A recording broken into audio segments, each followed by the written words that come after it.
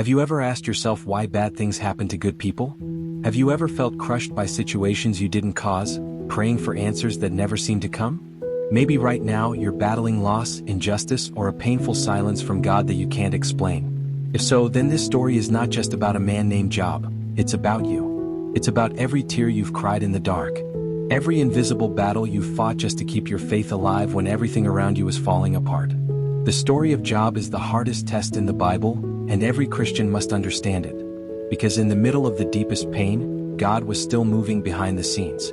And if you stay with us until the end of this video, you'll discover why your suffering is not meaningless, and how God can turn your darkest valley into the pathway to your greatest restoration. There was a man named Job who lived in the region of Uz, a man of remarkable integrity and unyielding devotion to God. He was a man whose heart was anchored in righteousness, one who rejected evil with every fiber of his being. Job was not only spiritually wealthy but also materially blessed, owning vast herds that included 7,000 sheep, 3,000 camels, 500 yoke of oxen, and 500 donkeys, along with a multitude of servants. His household was grand, and he was considered the greatest man among all the people of the East. Job was also a devoted father, blessed with 7 sons and 3 daughters who often gathered to feast and celebrate together. After each feast, Job would rise early in the morning to offer burnt sacrifices for each of his children, thinking, perhaps one of them has sinned and cursed God in their heart. This practice of intercession was a constant habit of Job's, a reflection of his deep concern for the spiritual state of his family. One day, when the angels came to present themselves before the Almighty, Satan also appeared among them. The Lord asked Satan, "Where have you come from?" Satan replied, "From roaming throughout the earth, going back and forth on it." Then the Lord said to Satan, "Have you considered my servant Job? There is no one on earth like him. He is blameless and upright, a man who fears God and shuns evil." But Satan, ever the accuser, sneered, "Does Job fear God for nothing? Haven't you placed a hedge around him, his household, and everything he owns? You have blessed the work of his hands so that his flocks and herds are spread throughout the land. But now, stretch out your hand and take away everything he has, and he will surely curse you to your face." The Lord, confident in Job's integrity, said, "Very well, everything he has is in your power, but on the man himself do not lay a finger." Then Satan departed from the presence of the Lord. Not long after, a catastrophic series of events unfolded. While Job's sons and daughters were feasting at the eldest brother's house, a messenger came rushing in, breathless and terrified. The oxen were plowing and the donkeys were grazing nearby when the Sabaeans attacked and made off with them. They put the servants to the sword, and I am the only one who has escaped to tell you. Before the words left his mouth, another servant came running. The fire of God fell from the sky and burned up the sheep and the servants, and I am the only one who has escaped to tell you. Yet another messenger arrived, his face ashen. The Chaldeans formed 3 raiding parties and swept down on the camels and carried them off.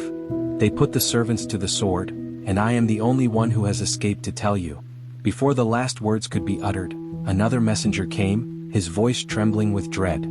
Your sons and daughters were feasting and drinking wine at the eldest brother's house when suddenly a mighty wind swept in from the desert and struck the 4 corners of the house. It collapsed on them and they are dead. I am the only one who has escaped to tell you. Upon hearing these devastating reports, Job rose, tore his robe in grief, shaved his head, and fell to the ground in worship. Naked I came from my mother's womb, and naked I will depart. The Lord gave, and the Lord has taken away. May the name of the Lord be praised. Despite the overwhelming loss, Job did not sin by charging God with wrongdoing. Later, the angels once again presented themselves before the Lord, and Satan came with them. The Lord said to Satan, "Where have you been?" Satan answered, "From roaming throughout the earth, going back and forth on it." The Lord said, "Have you considered my servant Job? He remains as blameless and upright as ever, a man who fears God and shuns evil. And he still maintains his integrity, though you incited me against him to ruin him without cause." But Satan retorted, "Skin for skin. A man will give all he has for his own life. But now stretch out your hand and strike his flesh and bones, and he will surely curse you to your face." The Lord said, "Very well, he is in your hands, but you must spare his life." So Satan went out from the presence of the Lord and afflicted Job with painful sores from the soles of his feet to the crown of his head. Job took a piece of broken pottery to scrape himself as he sat among the ashes. His wife said to him, "Are you still maintaining your integrity? Curse God and die." But Job rebuked her, saying, You speak as a foolish woman speaks. Shall we accept good from God and not trouble? In all this Job did not sin in what he said. Last breath, and where is he? As water evaporates from a lake, as a river dries up and disappears, so a man lies down and does not rise again. Until the heavens are no more, he will not awake nor be roused from his sleep. If only you would hide me in the grave and conceal me until your anger has passed. If only you would set a time and then remember me. If a man dies, will he live again?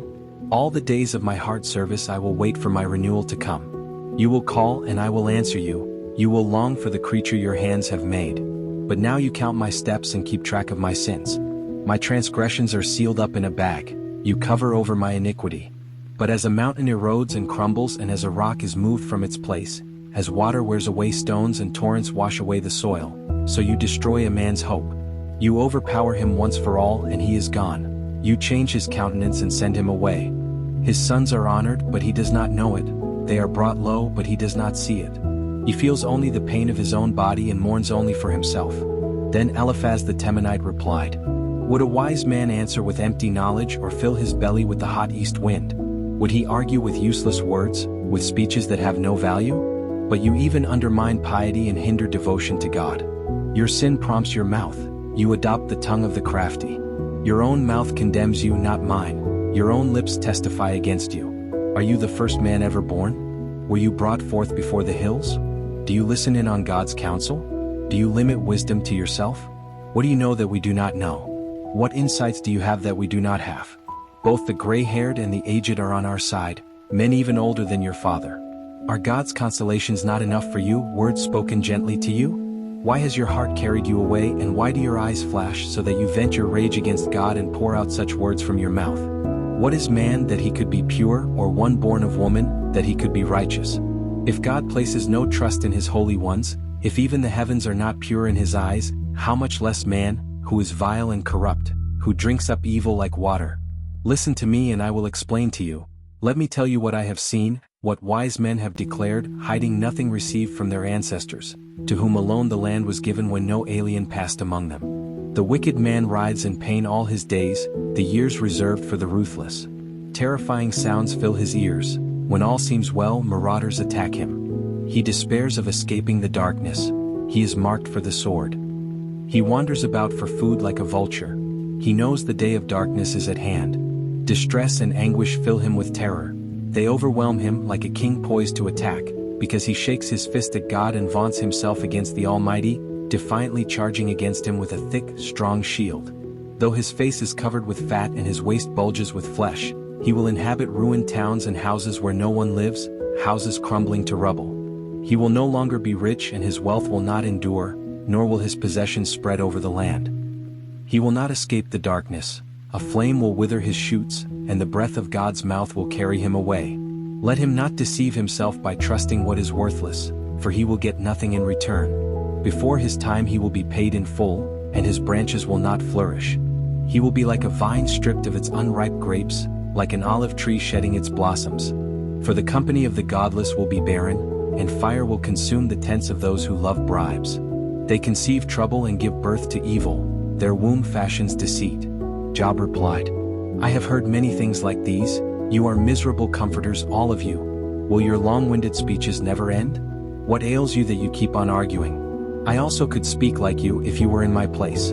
I could make fine speeches against you and shake my head at you. But my mouth would encourage you. Comfort from my lips would bring you relief.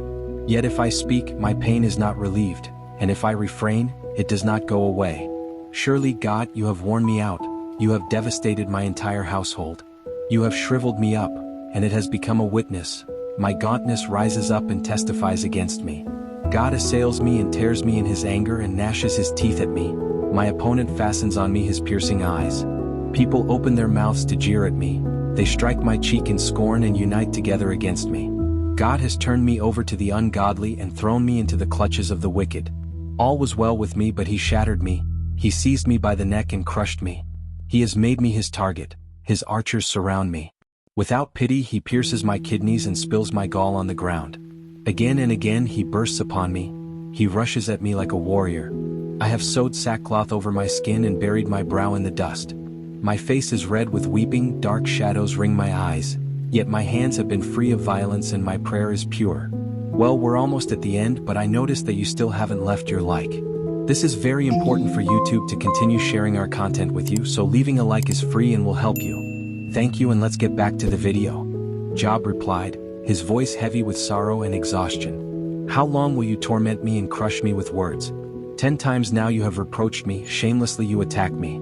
If it is true that I have gone astray, my error remains my concern alone. If indeed you would exalt yourselves above me and use my humiliation against me, then know that God has wronged me and drawn his net around me. Though I cry, violence, I get no response. Though I call for help, there is no justice. He has blocked my way so I cannot pass. He has shrouded my paths in darkness. He has stripped me of my honor and removed the crown from my head.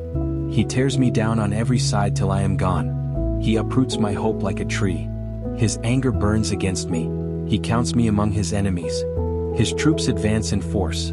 They build a siege ramp against me and encamp around my tent. He has alienated my family from me. My acquaintances are completely estranged from me. My relatives have gone away. My closest friends have forgotten me. My guests and my maidservants count me a stranger. They look upon me as an alien. I summon my servant, but he does not answer, though I beg him with my own mouth. My breath is offensive to my wife. I am loathsome to my own brothers. Even the little boys scorn me. When I appear, they ridicule me. All my intimate friends detest me. Those I love have turned against me.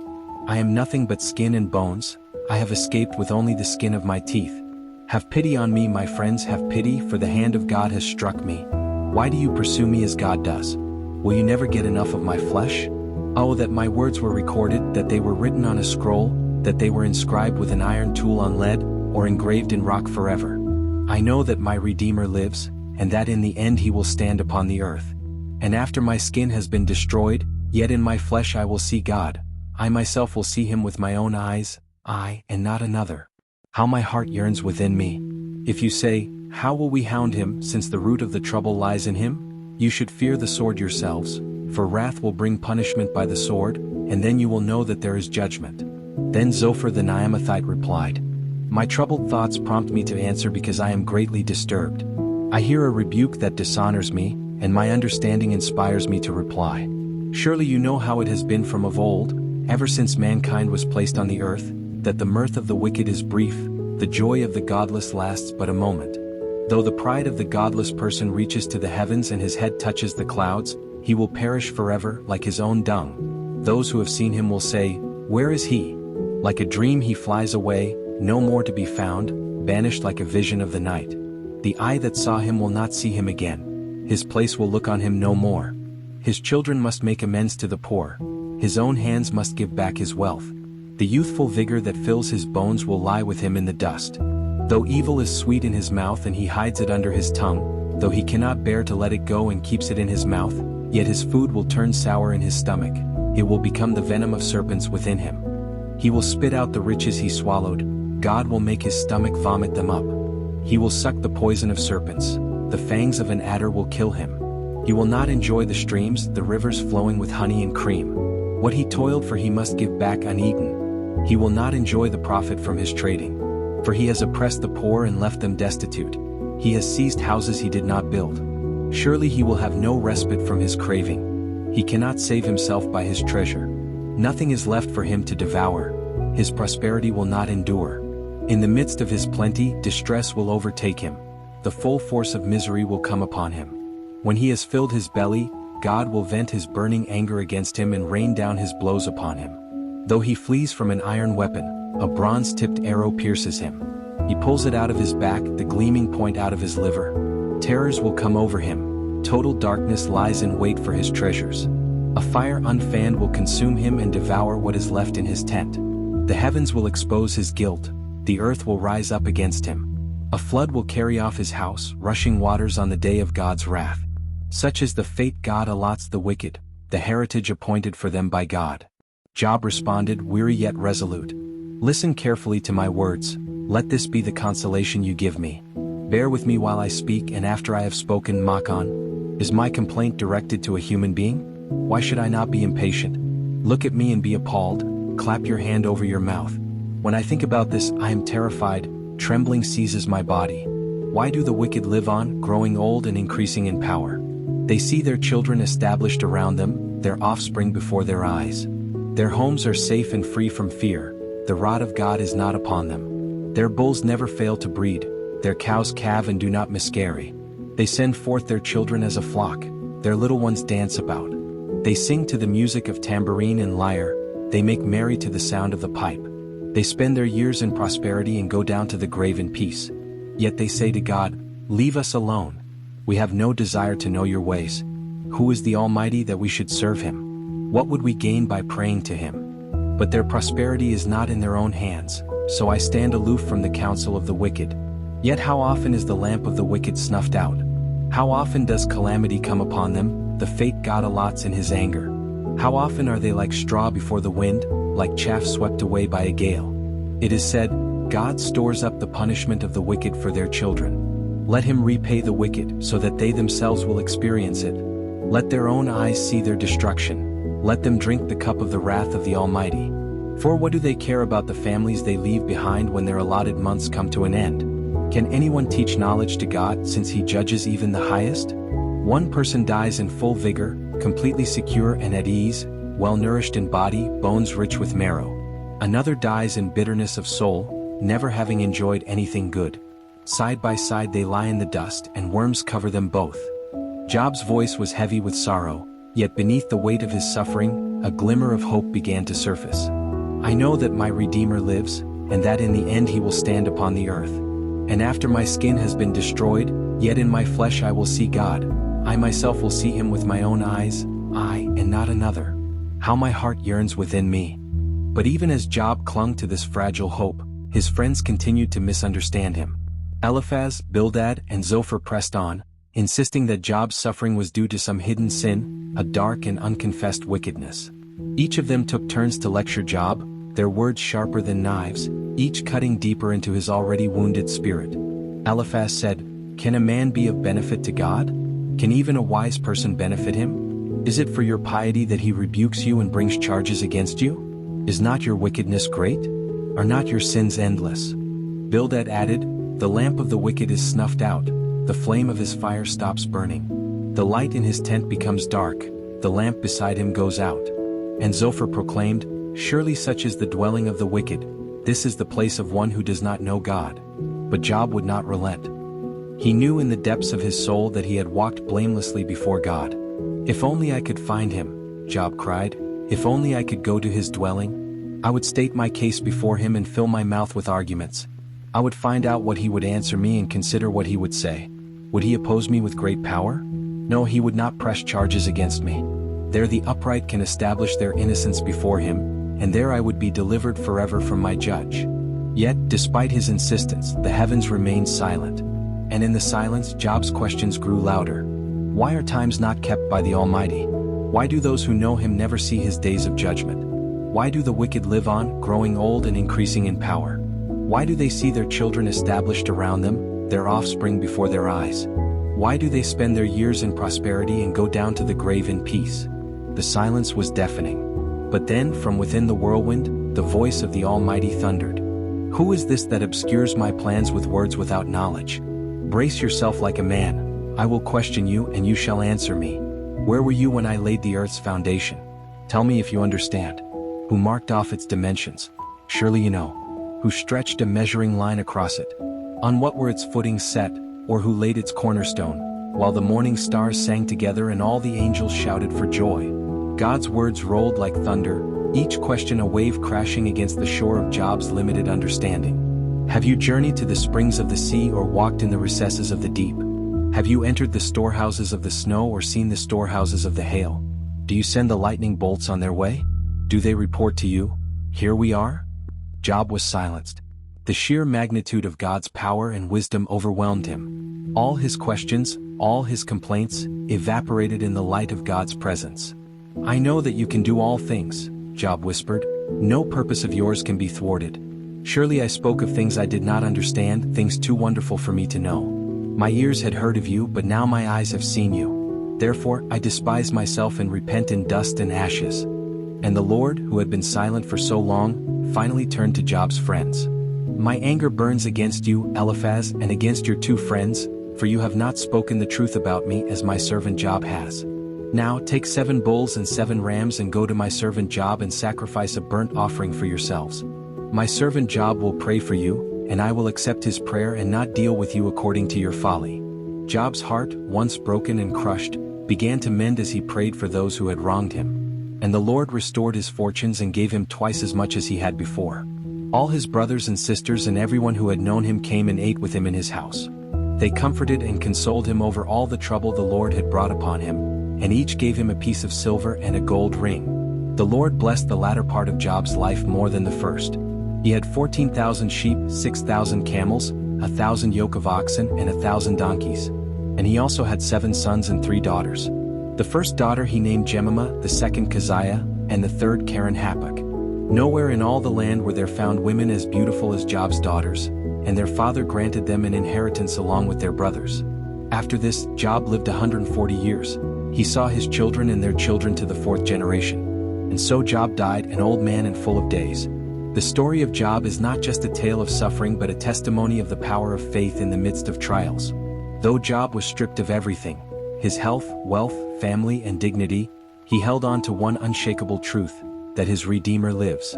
Even when God seemed silent, even when his friends turned against him, Job's hope was anchored in the unchanging nature of God. And in the end, God not only restored Job's fortunes but gave him double for his trouble. So, when life's storms rage and the winds of despair threaten to topple us, let us remember Job. Let us remember that the silence of God is not the absence of God. That in the darkest valleys, he is still present, watching over us, refining us, and preparing to restore us in ways we could never imagine. For we too have a Redeemer, one who lives and stands by us even when the world crumbles around us. And just as God brought Job from ashes to abundance, he can take the broken pieces of our lives and create something beautiful, something eternal. Hold on. Keep the faith. Restoration is coming. Thank you for watching this far. Don't forget to subscribe to the channel to continue receiving the next content. Until the next video, and may God bless you.